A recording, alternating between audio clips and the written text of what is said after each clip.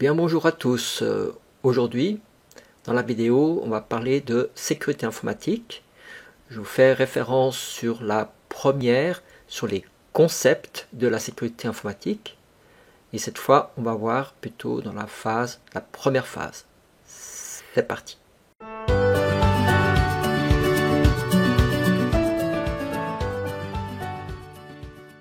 On a vu qu'il y a 3 phases dans un concept de sécurité informatique. La première phase, c'est tout ce qui est prévention. C'est ce qu'on va voir aujourd'hui dans la vidéo. La deuxième phase, c'est tout ce qui est monitoring pour voir si en ce moment on est sous attaque ou pas. Ensuite, reste la troisième phase, ici. La troisième, c'est tout ce qu'il faut agir au moment qu'on est sous attaque ou voir après du forensique. Donc, phase 1, prévention. On va voir d'abord les différents outils qu'on peut utiliser pour prévenir, faire de l'auditing, de l'OS hardening et autres. Alors le premier outil qu'on va regarder, c'est un outil qui est gratuit et qui est relativement assez efficace, c'est l'outil Nmap. Que fait l'outil Nmap? Donc vous pouvez scanner un réseau complet ou vous pouvez scanner uniquement un seul ordinateur, que ce soit un serveur ou un poste client. Voilà, vous avez ici un programme qui a été installé. Donc normalement, Nmap fonctionne en ligne de commande. Il y a une interface graphique qui a été mise par-dessus. Là, vous avez le champ de l'adresse IP, donc c'est la cible, ou les cibles, ça peut être tout un sous-réseau. Ensuite, vous avez différents sous-menus ou un peu script, on verra ça tout à l'heure. Et ensuite, vous avez ces lignes de commande. Donc normalement, vous pouvez ouvrir une fenêtre de commande et taper exactement ces commandes.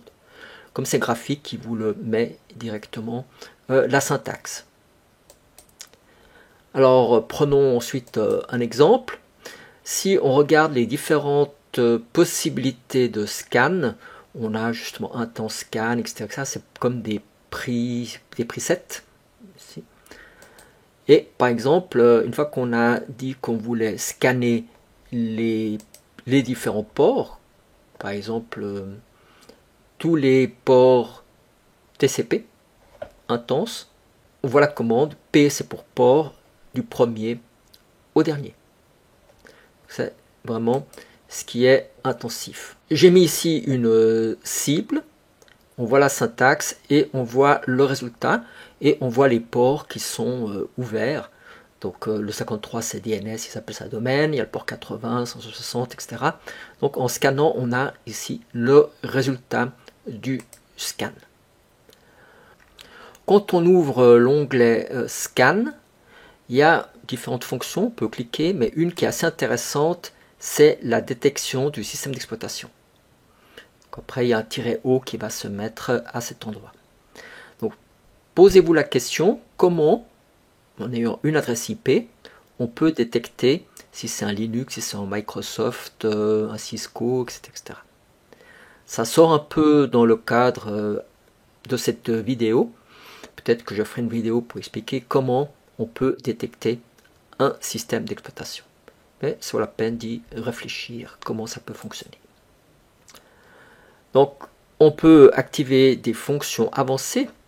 Alors, quand vous scannez, alors quand c'est chez vous, il n'y a pas de problème, mais si vous scannez un site public, forcément, ce n'est pas discret au niveau, c'est comme si c'était une attaque, hein, c'est votre adresse IP qui va scanner tout ceci.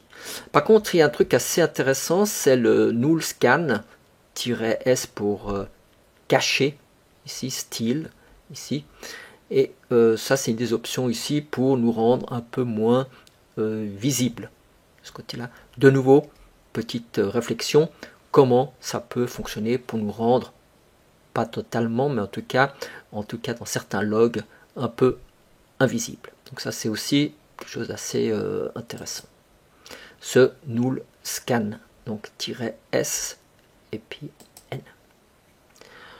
Une autre chose qui est aussi important, c'est que, bon, on fait des pings, mais à certains, donc ping c'est le protocole ICMP, et certains systèmes ou certaines entreprises bloquent l'ICMP. Le but d'un ICMP ou d'un ping, c'est de savoir si la machine à l'autre bout, elle est alive. Typiquement, si vous scannez tout un réseau, vous voulez savoir à peu près le nombre d'ordinateurs qui a à l'intérieur d'une entreprise. Petite réflexion, en IP version 4, va assez vite scanner, on trouve beaucoup d'entreprises et /16. Chez vous, /24, c'est 254 IP, c'est vite scanné. Même 65 000 est relativement rapidement scanné. Donc peut-être l'ICMP peut-être est bloqué.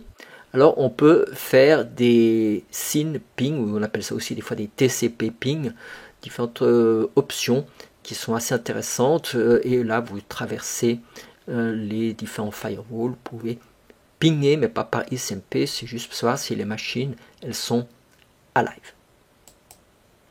Donc SYN, donc -ps dans la commande. Vous avez ici dans les colonnes scripting, eh ben, vous avez différents scripts qui existent déjà pour les versions 6, pour l'IMAP, c'est pour la messagerie. Par exemple, ben voilà, on aimerait voir quelque chose au niveau HTTP. Ben, voilà, on n'a qu'à cliquer, sélectionner HTTP et il va faire tout un processus, un script pour essayer de détecter quelque chose de spécifique au niveau HTTP. Vous avez par exemple configuré un serveur web et vous voulez savoir un peu comment il se comporte. Voilà un petit peu comment fonctionne l'application Nmap. Réflexion. Je n'ai pas bien compris à quoi ça sert de scanner les ports et de détecter le système d'exploitation. En quoi ça renforce la sécurité? Et Chemi, oui, tu as raison de poser la question, mais il faut bien comprendre quelle est la démarche d'un attaquant. Un attaquant, il veut d'abord scanner tout un réseau. Typiquement, si c'est un réseau d'école, scanner toutes les adresses IP, regarder où ça répond.